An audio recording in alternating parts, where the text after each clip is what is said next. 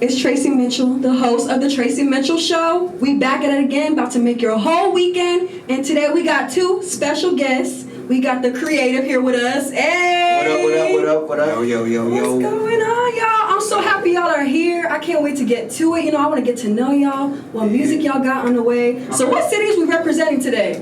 Well, I'm from Compton, you know what I'm saying? But I always got love for ATL, for sure. Hey, that's me. Watson Compton. Yeah. Really? Yeah. Right. All my family live in Compton. Yeah, I got family in Compton too. Everyone I remember, you've been in Compton your whole life, right? Yeah. Okay. He's like, y'all gonna talk about me or what? I'm like, this is a whole reunion in here. Filling up that a little bit. And it's so funny that ILLG's from Compton because I'm like from the opposite side. I'm from Columbus, Mississippi, actually. Like, so how did y'all even like link up? What is this? What's going on here? Is this like through PlayStation or something? Nah. Not at all. Nah, we met through a mutual friend. Shout out to Q. We met at a meeting. I came out here like a couple of trips ago, and we just so happened to meet up. And after that, we started chopping it up about music and where we're heading or where we're trying to go with the music, and it all like meshed up together and talked about the creative. Before you know, we dropped our first actual project together, and it's gonna be instrumental. Got a lot of feedback from it too, so. That's good. See, ILLG's being like very humble about it. Yeah, he's being very humble about it. So like, that shit. So listen, this is like what happened. So Q, I know Q through like a mutual friend from Louisiana, and he was like, "Yo, I got this." He's like, "I got this artist," because when I first, me and Q when I first moved here from Atlanta, because I came here from Washington D.C. I was living in Washington D.C. at the time, and he was like, "Yo, I got this artist, blah blah blah." His father is King Scratch, NWA and the Posse, and I was like, "Oh, okay, DJ Scratch. Yeah, DJ Scratch. Yeah, so from there, we met at the gathering spot. From there, shout out, it's a great place to go and eat. So it was like a working space. We met at this working space, and then we traded contact, and we actually started working on our first project, and we just like really didn't really realize it, and we were like going hard at it for we made a few beats, man, like a whole batch, and before it was like, yo, let's put a project together. And it was like, yeah, like at least like 10 plus beats, so it kind of worked out. And we used the majority for the next project. It was so good, so it all worked out. Yeah, that's my next question. Like, it's one thing to connect, on vibes or whatever, but musically, like, what made y'all realize, okay, we need to connect each other. We need to do this. Well, he comes up with the best clips out of from melodies to just just from anything where he feel like, okay, maybe we can work this out. I'm like, yeah. And it's always some good, material. So what I do is I put the drums behind it, and it becomes magic, and it just keeps happening. It's kind of like, organic. Yeah. And see, that's the thing about so when we're sitting in the studio and we're trying to figure out what do we call ourselves? Because I was just like, my aspiration, here is as an artist, but I was so great to find out not only is he an artist, but he also produces it. He does. He definitely does. Inspire too. He has a nice, catalog behind him, like Crooked Eye, Wiz Khalifa, Casey Veggies, Trinidad James. Yeah. The credits is very much there, y'all. Yeah, exactly. Don't get it twisted. So the other thing is so for ILLG to collab with me, I was just as humbled to collab with him, because I was like, dang, this is the guy with some catalog, and I'm a cat with a lot of fire in the game, because I pride myself in being the pop shop guy. I like a lot of pop shop music. Yeah, we're definitely going to hear that today, because you guys got some music for us. But, our conversations on the Tracy Mitchell Show, so my tagline is real, relevant, and resonating. Conversations of the music industry. So the fact that you guys are talking about it, that really takes us to our subject today, which is about, how do you know when you need to let somebody into your group and what you got going on? Ooh, yeah. But we're going to tap into that. I know it's about to be hype, y'all, so y'all stay tuned, because we're going to talk about it all. all. So, what brings you to Atlanta though? Because y'all here today, y'all dressed looking nice, man. ready to work. We got work to do. We got work to We have do. work to do. Yo. So when we went to Tampa, he actually officially made me his manager. So now I have to.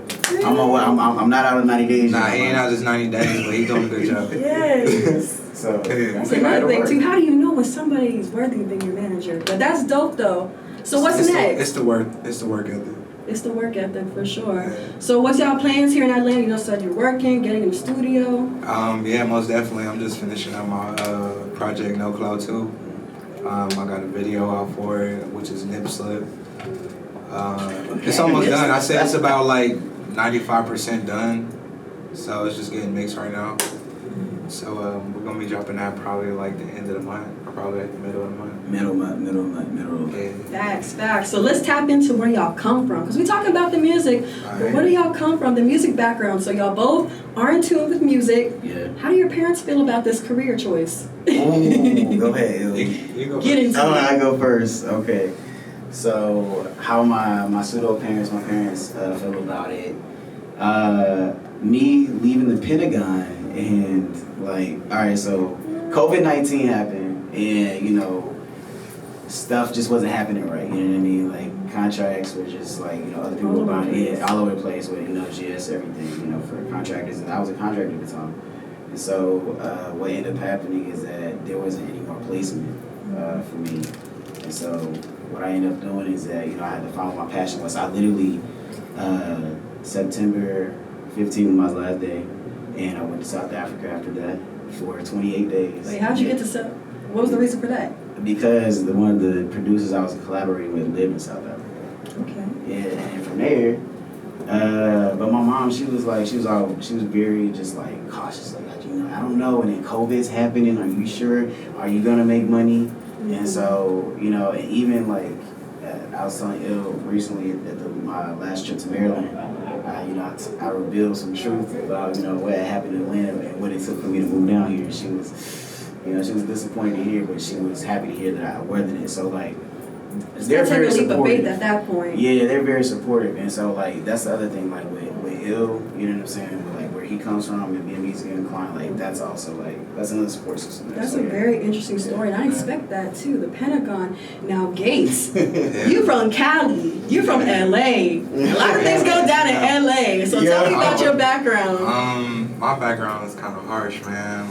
In the hood, people dying, getting killed, getting robbed, etc. I just basically use all of that, that fire, and put it into my music.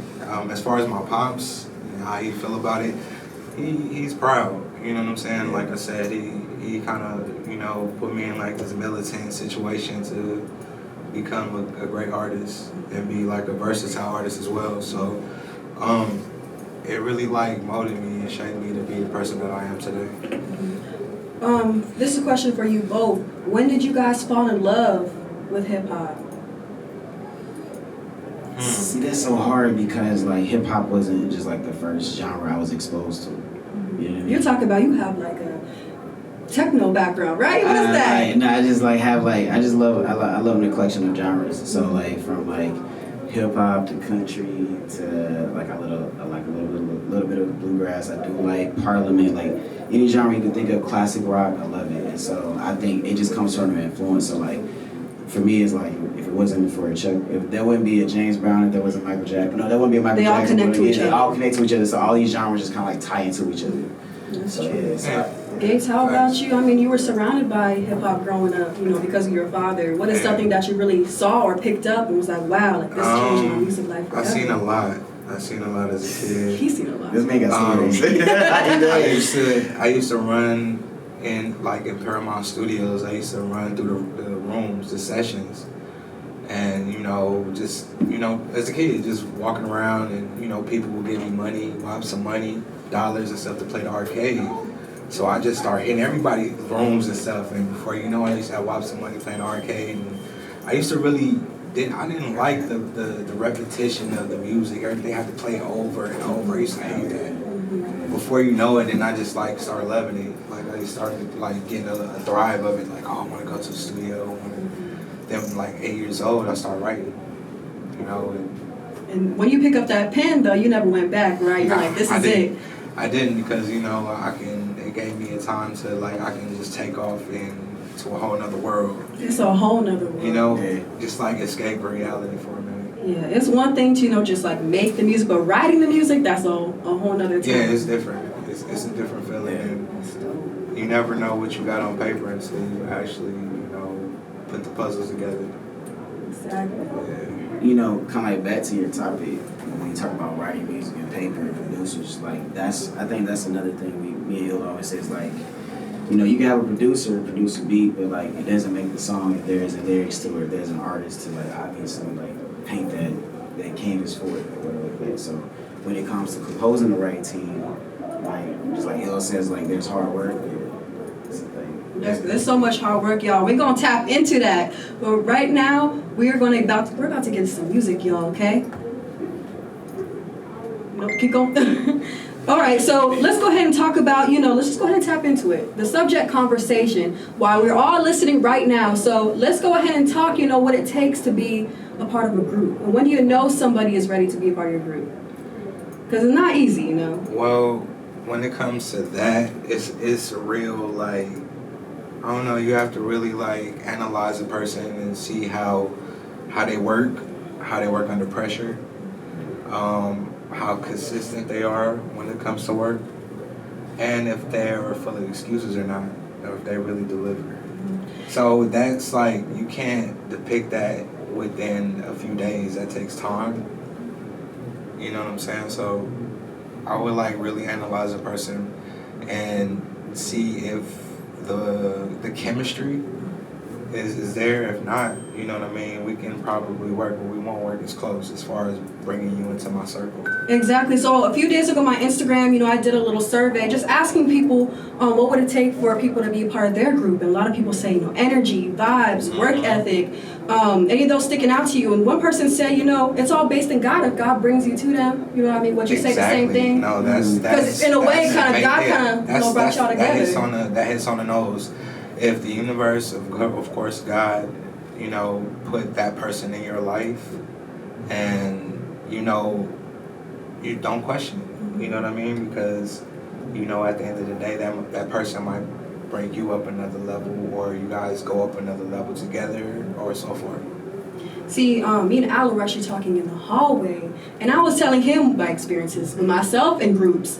And I'm always afraid to let anybody into what I have going on, because you just never know the situation. You know, sometimes people, they just want to watch closely and just like take everything that you have going on. Has that ever happened to you? Oh yeah, most definitely. Like they become like a whole copy of what you have going on. Right. They see you go do it, then they go do it, but they ain't doing it like you doing it. Exactly. You know what I'm saying? Or like a silent hater or some stuff like that. And they be a silent hater too. Like they'll be acting like they're helping you, but really trying to bring you down. Exactly. Yeah, you gotta watch out for those. There's a lot of those, and I know a few. The eye he gave me just now, guys. The eye he just gave me, like. No, but you know that's real. I think you know the other part of that is like, I think coming from situations that I think you know, it's like when you said God brought us together. That's what you just said, Tracy. Mm-hmm. It was like always get on to me about like not about religiosity but spirituality. You know what I'm saying? So like the other part is like, when you said me and Il came together, we were coming from broken situations that brought us kind of together. Broken musically or just broken in personal life? I mean, I would say musically, yeah. Because, you know, it was something that I needed, it was something that he needed, and we came together to actually make what we actually wanted. Hello guys, it's Tracy Mitchell from the Tracy Mitchell Show here on Hip Hop 95. We are here with the creative. What up? Yeah. So what song was that? Vacation, huh? Yeah, that's Vacation. That's a song off my project No Cloud 2, produced by the creative. Yeah, the creative. It's just a dope track, man. I got a lot more though, but this one was one of my favorites. So what made you want to go and do a part 2 of No Cloud? I don't know. It's just like the rise of my clout.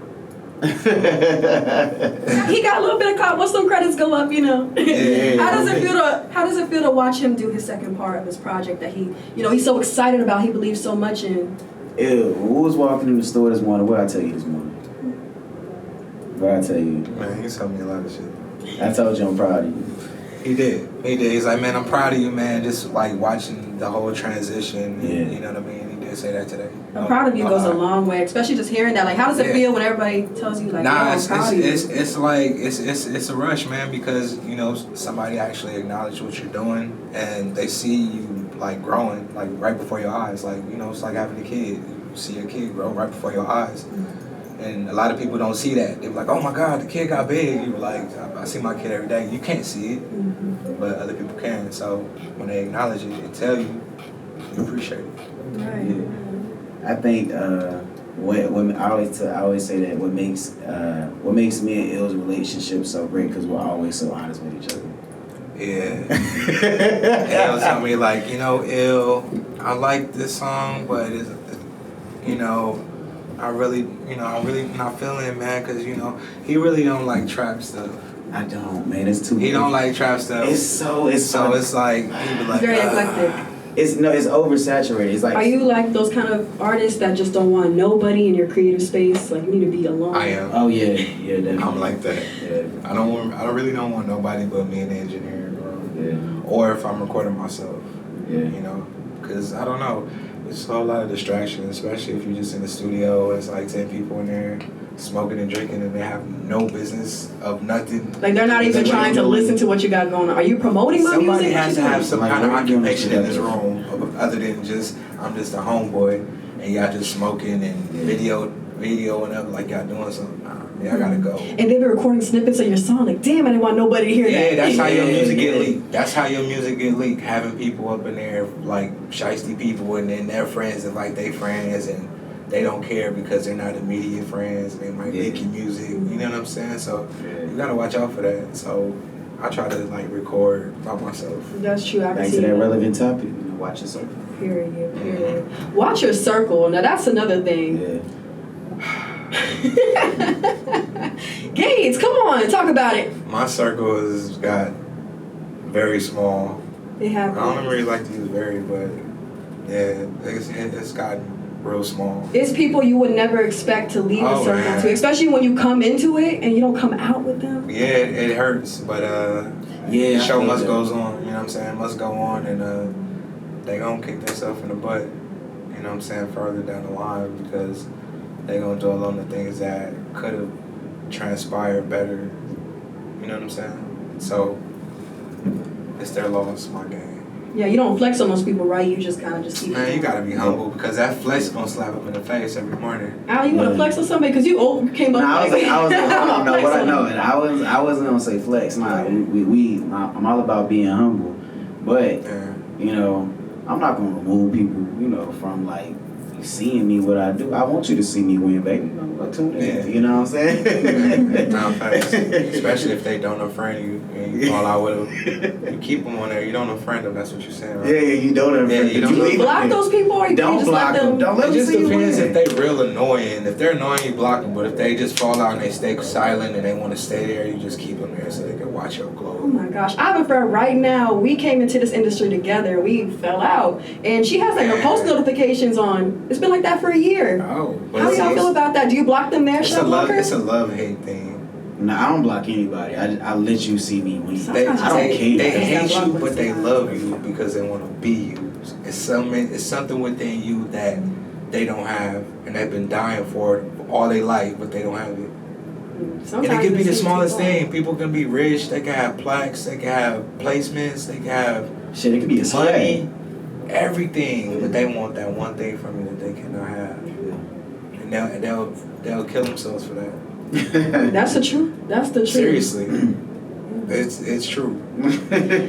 Whew, this industry can get toxic, y'all, but like it's a beautiful thing, but in the same sense, you know, things can definitely go wrong. Now, with everything that happens within your career in the industry, what is one thing that keeps you like really motivated throughout it all? God keeps me motivated, for sure. You know, because without him, I'm nothing. So, and he keeps my head leveled. He keeps the right people around me, the vibes. You know what I'm saying? And that's all you pretty much need. Like, 'cause everybody ain't for you. And at the end of the day, all you got is yourself and the man upstairs. Right. How about you, Alan?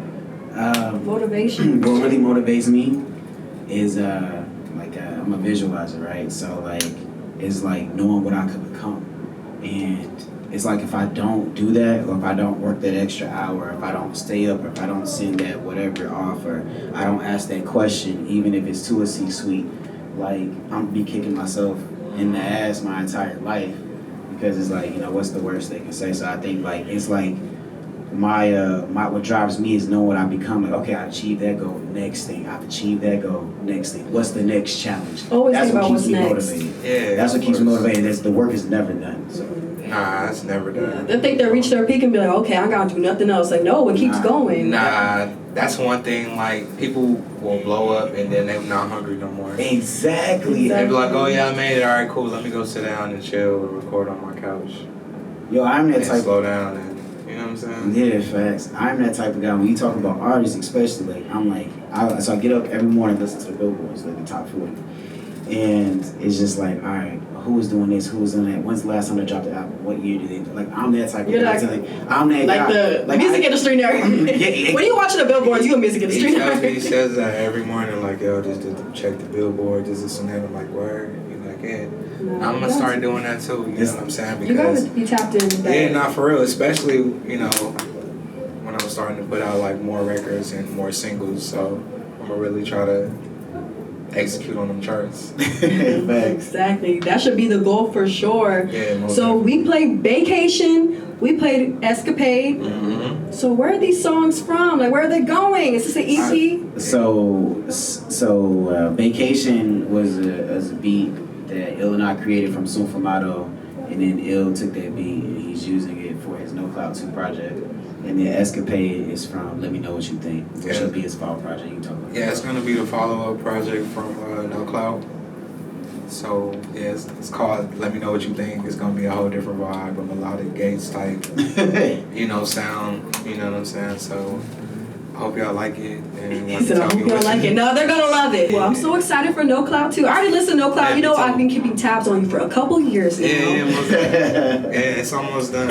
You'll be the first to hear it once it's done. Yeah. And Allie, congrats to you as well. You know, you're a manager. Yeah. You're in good hands. Yeah, manager. Yes, You're in good hands, Gates. Hey, I appreciate you guys having us though, most definitely. Yeah, so what you getting into tonight? Man, I'm trying to go to the club. Man, Is that Atlanta? Tracy, I I'm don't know. tripping now. You know that. Either that, like, Y'all swear I'm a party girl. Y'all swear I'm a party girl. I don't know. I'm going home reading a book. I'm probably gonna work though more than You don't even believe It's that. like I'm going to Magic City. I guess that's the pull up. That's the pull up. That's the pull up. They just invited themselves. Hey, y'all better stop playing with me. He was trying to go to the strip club last night. We got so late from the airport. It was crazy. Yeah, it was late for a little. And go ahead and drop some shout outs to wrap up this amazing interview. I'm so happy you guys came through. Let me see. Shout out my mom, shout out Pops, shout out FK, Nacy, shout out to Josh, shout out to my boy Dre, Vaughn, shout out to my boy Chris, and shout out to my manager, shout out to y'all, shout out to everybody. Shout out to everybody that's messed with me, man, and been rocking with me from the beginning. All right. Hey, Mom, if you're listening, hello. Shout out to you. And shout out to my boy Cool Wit, John Whitaker. I think he's probably definitely on us in the link. Shout out to O'Brien Asher, my boy T. Rouse, and his boy Hassan for their brand. Shout out to you, Tracy, definitely for having us on, inviting us out for this opportunity to the radio station. And then just shout out to everybody that's supporting the ILLG8Z, Hand of Guidance, you know, the Justallen, the creative movement. So, Oh yeah, shout out to Eileen, the hairstylist too. How you doing? Guys, if you want to be like ILLG8Z, the word is consistency. You guys, it was another dope conversation with the creative on the Tracy Mitchell Show. We're keeping it real, relevant, and resonating here on Hip Hop 95.